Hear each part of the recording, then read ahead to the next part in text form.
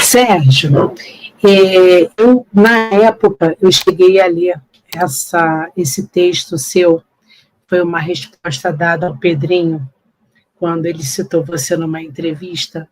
Eu acabei de localizar novamente a sua resposta, inclusive foi dia 10/4, ou seja, tem 8 meses hoje, né?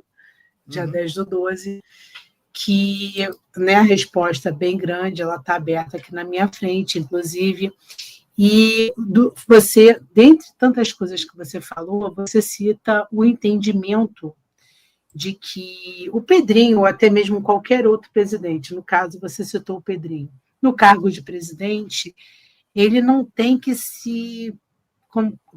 comparado com o Eurico Miranda, ele não tem que se preocupar com o que acham dele, né, qual a opinião dada da pessoa dele, enfim, mas que sim, que ele teria que dar prioridade à reversão, né, do que foi feito no grupo anterior, né, ao qual até ele pertencia, né, na vitória em 2022, né? E aí tem uma parte, um trecho aqui, que é o último dessa sua resposta, que eu peço licença para ler, é um trecho pequeno, você citou assim, abre aspas, da minha parte, torço para a reversão e que tenha Pedrinho com o Vasco obtendo-a muito sucesso, não como eventual membro do corpo de futebol, em qualquer função, mas sem o controle do próprio futebol, e sim com o Vasco dono do próprio nariz no futebol. Com Pedrinho escolhendo os melhores e ajudando a fazer deles vencedores, como Eurico Miranda cansou de dizer, independentemente das circunstâncias e daquilo que eventualmente achavam dele. Tá? A pergunta que eu te faço é o seguinte, pelo menos, a meu ver, está nítido que o Pedrinho preocupa-se muito mais com a aparência dele, entre aspas, perante os seus correligionários, eu esqueci a palavra, gente, pelos seus pares, né? Do que com a reversão da situação econômica, clubística, futebolística do Vasco. Você também continua com essa opinião? Você acha que ele não reverteu nada, que ele está mais preocupado com a figura dele ali dentro? Vide a outra resposta que você me deu anteriormente, dele querer meio que uma batata quente. Vai uma batata quente, ele não, vai dar muito trabalho, eu vou passar, vou vender novamente a SAF. Você tem esse mesmo entendimento? Bom, como você disse, essa resposta foi dada em abril e o controle acionário foi obtido em maio. E eu, em maio, tive a oportunidade de falar que estava de parabéns à direção do Vasco por ter obtido o controle acionário. Mas as posições subsequentes levam a essa discussão. Por quê? Porque as posições subsequentes dele próprio foram posições no sentido de que aquilo ali era algo provisório. E eu falo aí nessa resposta sobre a questão. O Vasco tem que ser dono do seu próprio nariz. Isso não é uma coisa que deve variar. O Vasco deve ser dono do seu próprio nariz. E a pessoa, numa situação como essa, bancar, ela tem que estar muito preparada não só para se dizer presidente do Vasco, mas para saber, olha, eu vou sofrer uma pressão aqui muito grande, eu tenho que ignorar essa pressão, porque eu estou no caminho que é o caminho institucional para o Vasco, que interessa ao Vasco, ao gigantismo do Vasco. Isso é muito difícil, Paulo. Nós que conhecemos o Eurico Miranda sabemos o que ele passava muitas vezes para colocar o Vasco no lugar dele. É muita pressão. São muitas tentativas de se fazer o contrário. Então, tem que ter muita casca. Tem que ter uma coraça para você poder chegar lá e, olha, é o seguinte, tomamos o controle acionário, não perdemos nunca mais. Tem que ter muita força. E olhar de repente, mas meus pares aqui, um acha que... Eu não quero saber do que acha. Quem tá aqui aparecendo com a imagem do presidente sou eu. Então conseguiu? Beleza, não vou mais. Aí, qual é a visão? Mas peraí, se eu tinha 79% do quadro social que era a favor da venda, Será que eu consigo reverter isso em 2, 3 discursos aqui? Talvez não. Olha, isso é um problema.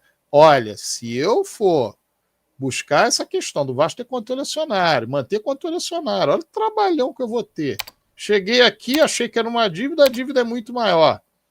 Olha, vender, a torcida acha que pode ser que venda. Se eu fizer aqui um discurso que tem que vender, a torcida vai achar que tem que vender. Então, é isso. Os pontos, eles batem aí. Então, aquilo que foi dito, foi muito bem relembrado por você, a questão da resposta.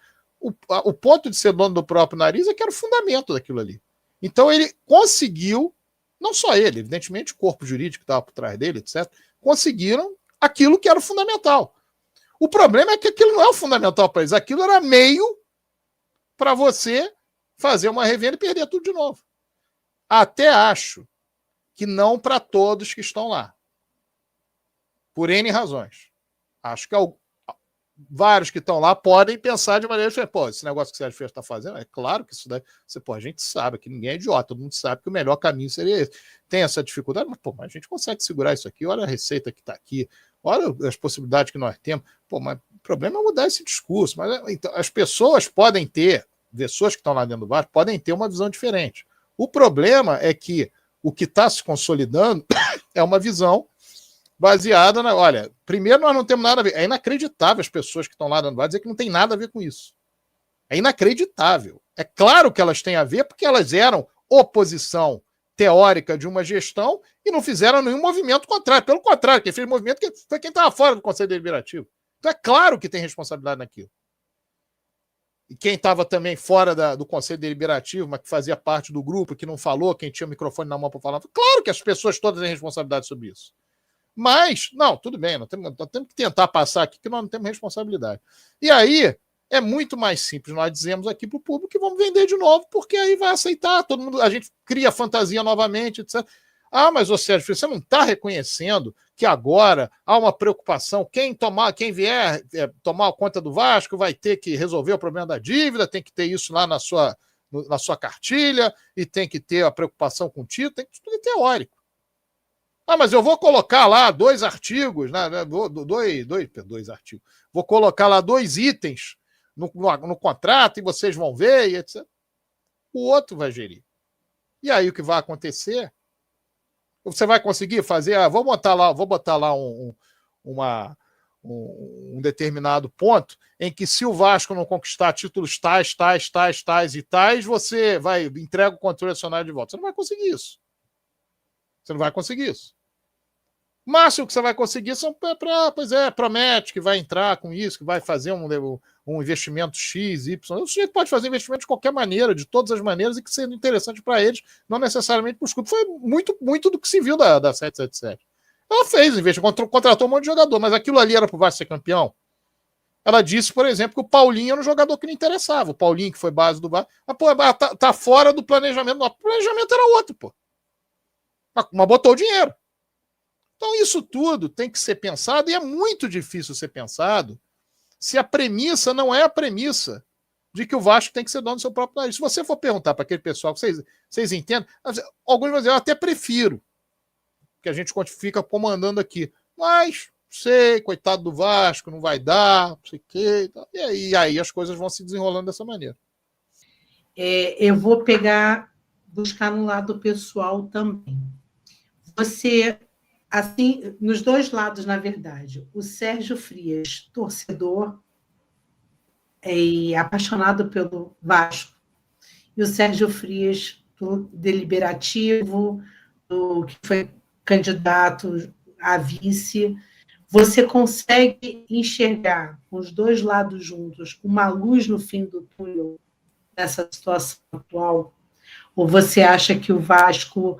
No caminho que ele está, a única alternativa é a falência? Você acha que... Você já deu informações de que há possibilidade, contrária do que o presidente está focando, mas há possibilidade de salvar o Vasco. Mas se realmente der continuidade ao que ele almeja, que ele está prevendo de vender novamente a SAF, o Sérgio torcedor, qual é a visão do Sérgio torcedor e do Sérgio, que pertence ao Deliberativo? Bom, se fosse um Sérgio torcedor com 7 anos de idade, talvez eu achasse que, olha, beleza, etc. Mas o Sérgio torcedor já é adulto, né?